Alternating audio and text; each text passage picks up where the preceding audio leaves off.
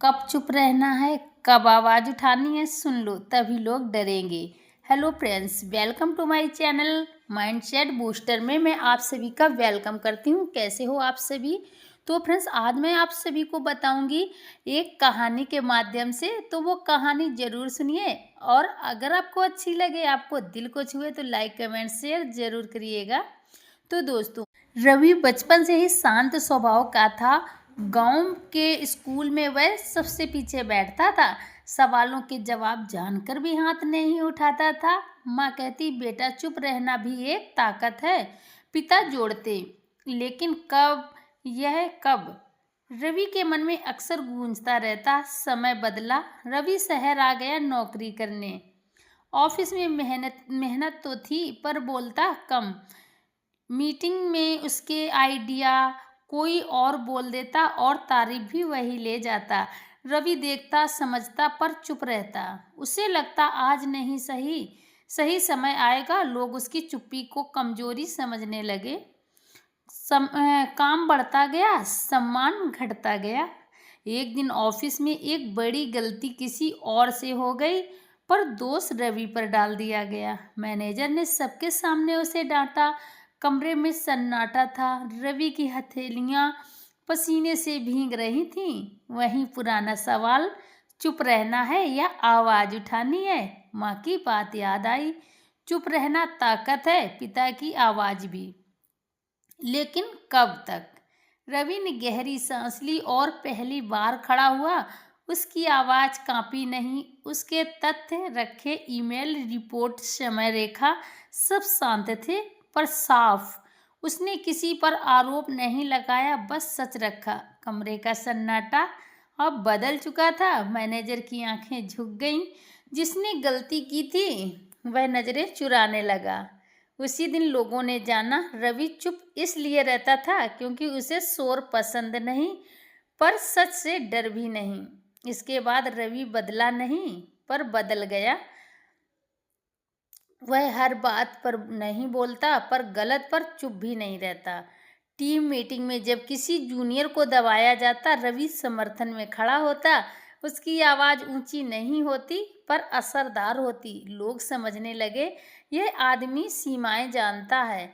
एक शाम पड़ोस में अन्याय हुआ। एक दुकानदार को बिना वजह धमकाया जा रहा था। भीड़ देखती रही। रवि रुका, सोचा, यह मेरा मामला नहीं। फिर पिता की बात फिर से गूंजी, लेकिन कब तक?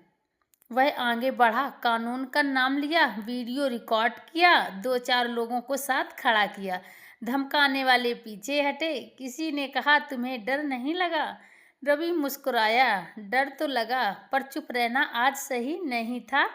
रवि ने सीख लिया था, चुप्पी और आवाज दोनों हथियार हैं। चुप्पी जब तक शोर सच को बिगाड़ दे, आवाज तब जब चुप्पी अन्याय को ताकत दे।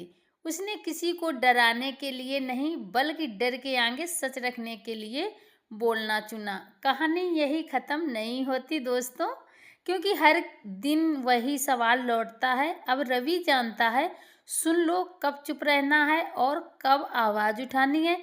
यही समझ में आ जाए तो तभी लोग डरेंगे, शोर से नहीं, सच से। तो फ्रेंड्स, साइलेंस को वेपन कैसे बनाए? Real life first guide. सबसे बड़ा सवाल था कि कब चुप रहना है और कब बोलना है।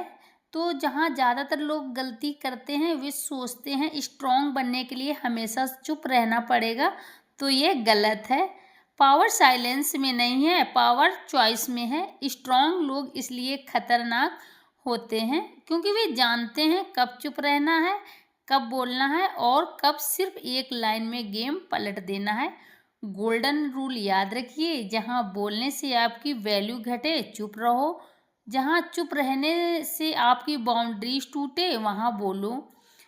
5 सिचुएशन जहाँ साइलेंस आपको पावरफुल बनाता है।